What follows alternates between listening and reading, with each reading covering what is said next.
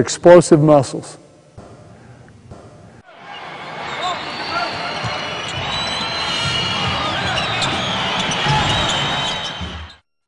On the arc.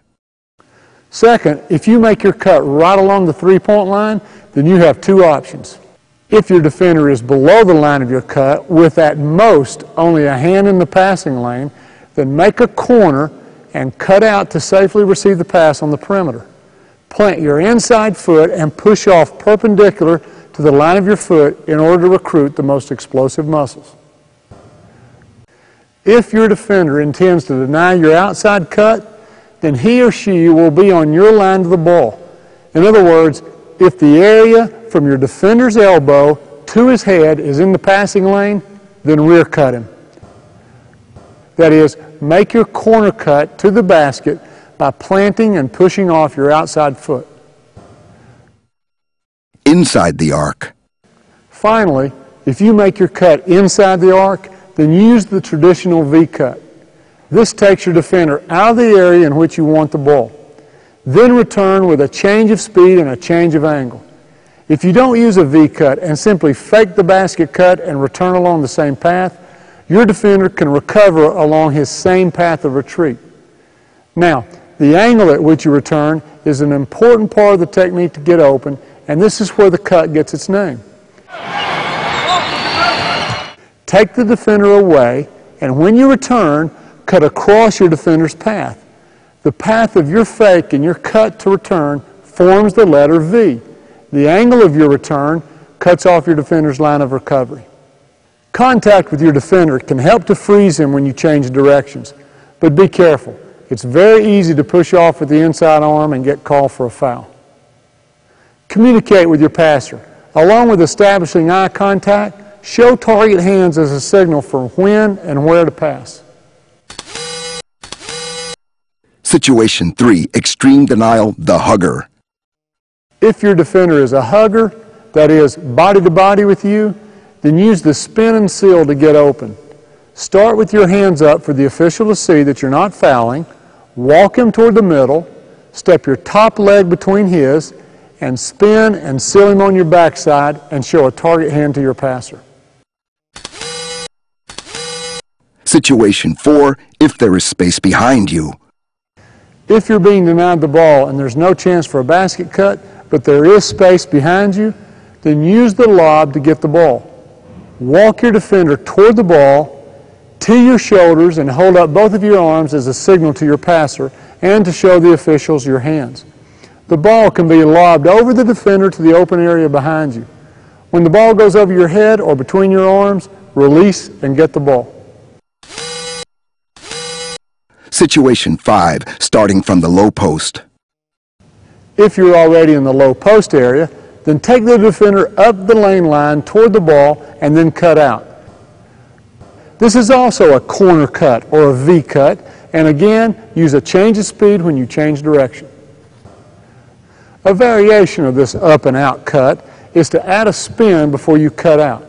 The spin allows you to get the defender on your hip, hold the seal, show your target hand, and step out to receive the ball. Notice in this case that the outside foot becomes the pivot foot, and our player uses a reverse pivot to square up for attack. After learning how to get open, receive, read, and attack. Let's start the second half of this chapter by breaking a bad habit I see in lots of players. They get open, receive the ball, and then relax as if to celebrate that they've accomplished something. Even if your job is to simply get open, wait on a cutter, pass the ball, and run a certain play, it will be easier to do if you're prepared to attack the goal when you receive the ball. Have a scoring mindset that's always ready to take advantage of the defense.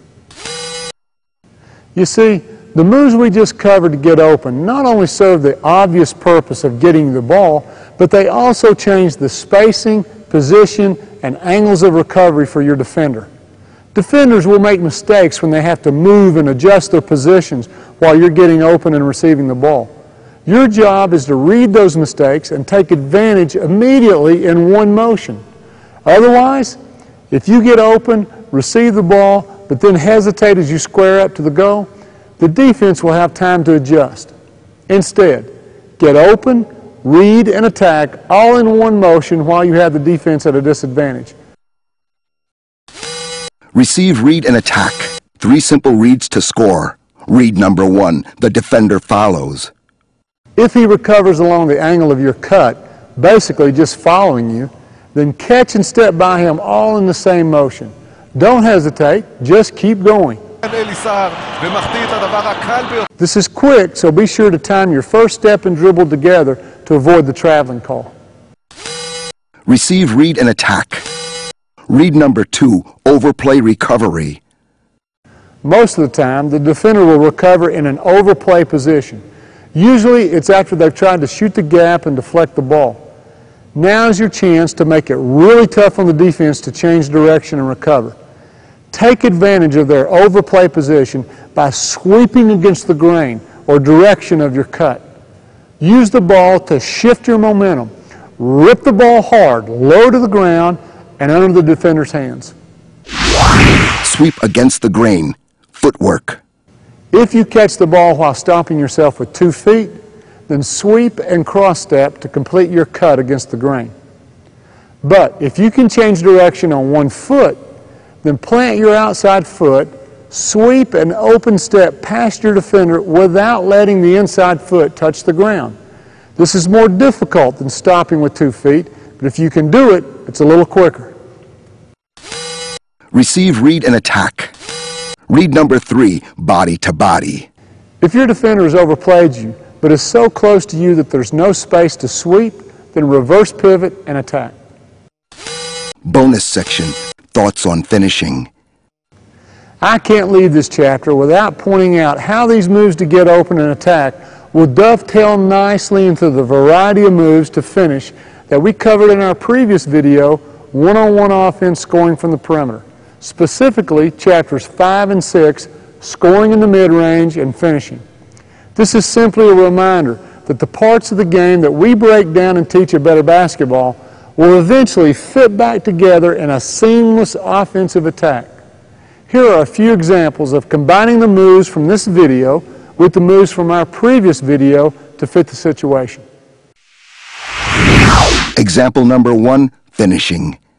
V-cut to get open, sweep against the overplay, and if you don't beat your defender clean, meaning he's beside you and not behind you, then use your hop to create space for the mid-range pull-up.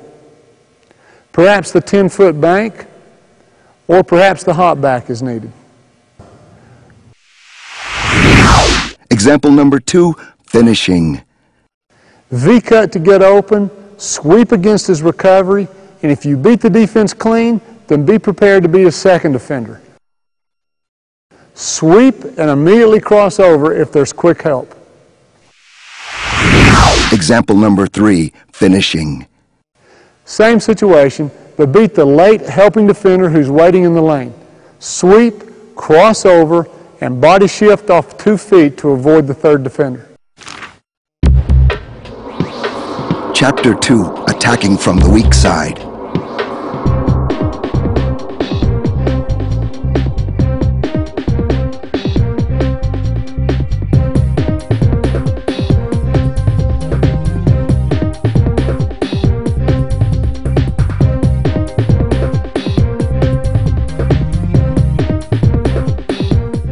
If you and the ball are on opposite sides of the floor, then you're on what's called the weak side. Whether the opposing team is playing a man-to-man or a zone, your defender will probably be in the lane, concerned with helping his or her teammates defend the ball, leaving you open. Good spacing is good offense, and good offense has good spacing. If you're on a good team with good spacing, then half of the time you're going to be on the weak side away from the ball. Being able to score from the weak side position means you're making good use of 50% of your time without the ball. Becoming a threat to score from the weak side is important for another reason. The defense becomes reluctant to help too much on the ball. This means that your threat to score from the weak side will stretch the defense, leaving gaps for your teammates to attack. You've increased your teammates' chances to score.